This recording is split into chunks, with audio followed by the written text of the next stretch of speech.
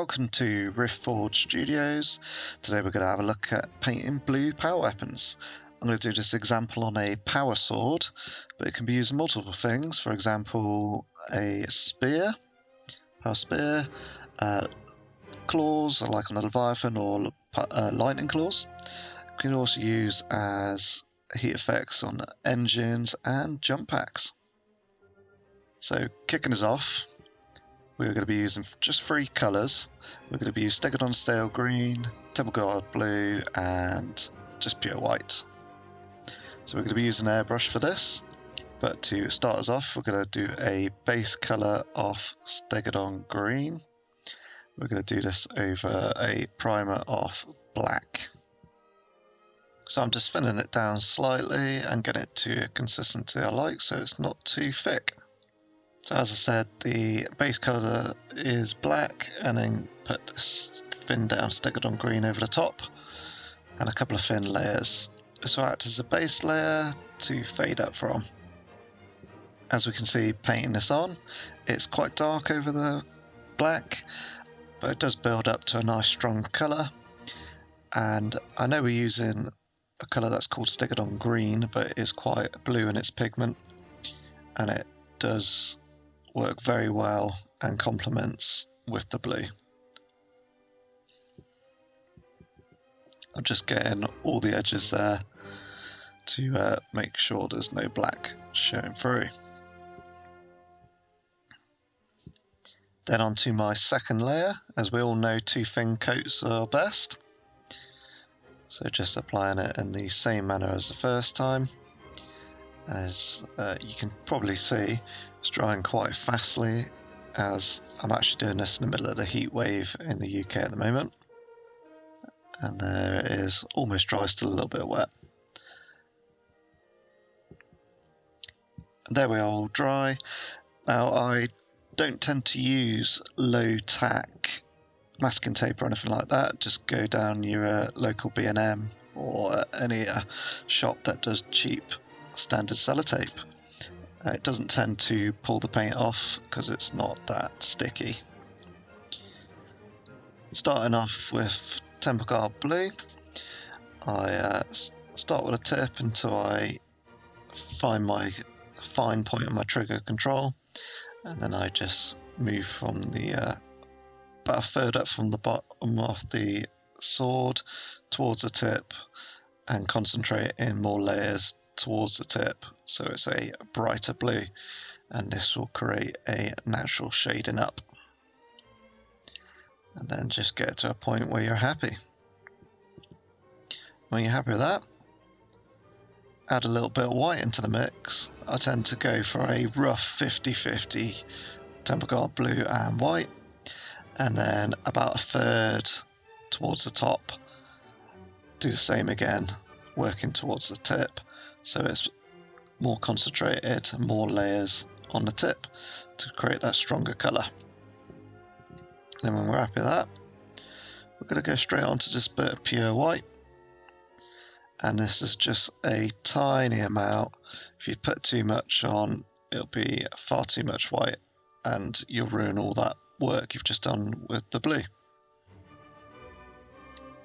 See, I'm going back in to just add a little bit more, because I'm not quite happy with the effect. But once you're happy, you'll see more so in the eye than on camera that it is what you want. And then we go to the fun stage of peeling. You can see that is half the sword done. As we can see on this side, we've bled a little bit. It's a little bit easier on other sides, but this sword we're using one of the Mark IV swords, and it's actually got a groove down the model, so other swords will be a little bit easier to tape up as they don't have that groove. But we'll show you how to fix that anyway, so it won't be a problem. And then we've taped up the other side. This time we're working in the opposite direction, working from about 2/3 from the tip down towards the base of the sword. Doing the same again, so you get more layers towards the base and create the stronger colour there. A little bit out of focus there, but it should come in. There we go. And then Make sure you're happy with it and just add a little bit more blue if you want it a little bit stronger towards the base, like I'm just doing here. Then we're down to the 50-50 mix of Tempgar blue and white again. And again, probably going a third down this time. We're just looking to create the hottest point of the sword towards the base this time, so it's in contrast to the other side. And we're happy with those layers. Moving back on to just pure white, so you clean your airbrush out and get white in. And just doing a little bit towards the base again, and just remember not too much, and really less is more at this point. It helps sell the effect massively. And when you've finished all that bit, it's time to peel off this side. So go nice and steadily. Like I say, I've never had a problem with using standard sellotape, but it's always good practice just to go nice and steady, as you don't want to end up swearing at it when it pulls off. And as you can see, there's no issues there. Quite happy with that. It's not too wonky, quite straight. And then next I just end up blocking out some of the colours to help you visualise the overall effect there. I also do this when I've done any pre-shading and got my base armour down, as when you pick out the trim it really all comes together and you can see those defined shadows. So what I'm doing now is just tidying up that groove that I talked about.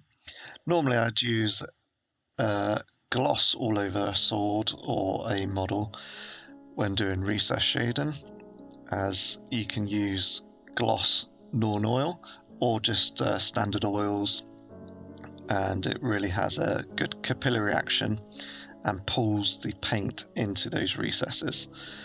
And it's almost cheating really, as it's very hard to make any mistakes, and if you do, you can normally wipe them quickly away because they're on a gloss surface. But just for the purposes of this video, so I can get it done quickly, I've not bothered with the gloss on this occasion and just using bog standard non-oil, which you can still do, but it just won't be as neat, and you just have to be careful painting into the groove. So when both sides are done, wait for it to dry. On this occasion it wasn't quite black enough that I wanted it, so I went in for another layer. Again, trying to be as careful as you can, but I would recommend doing this with a gloss method that I mentioned, and you'd probably be doing this in batch painting anyway with all your power swords or power weapons altogether. I don't know if there's any interest in seeing the glossing and the pin washing and how we do it. If you wanted that video, let us know.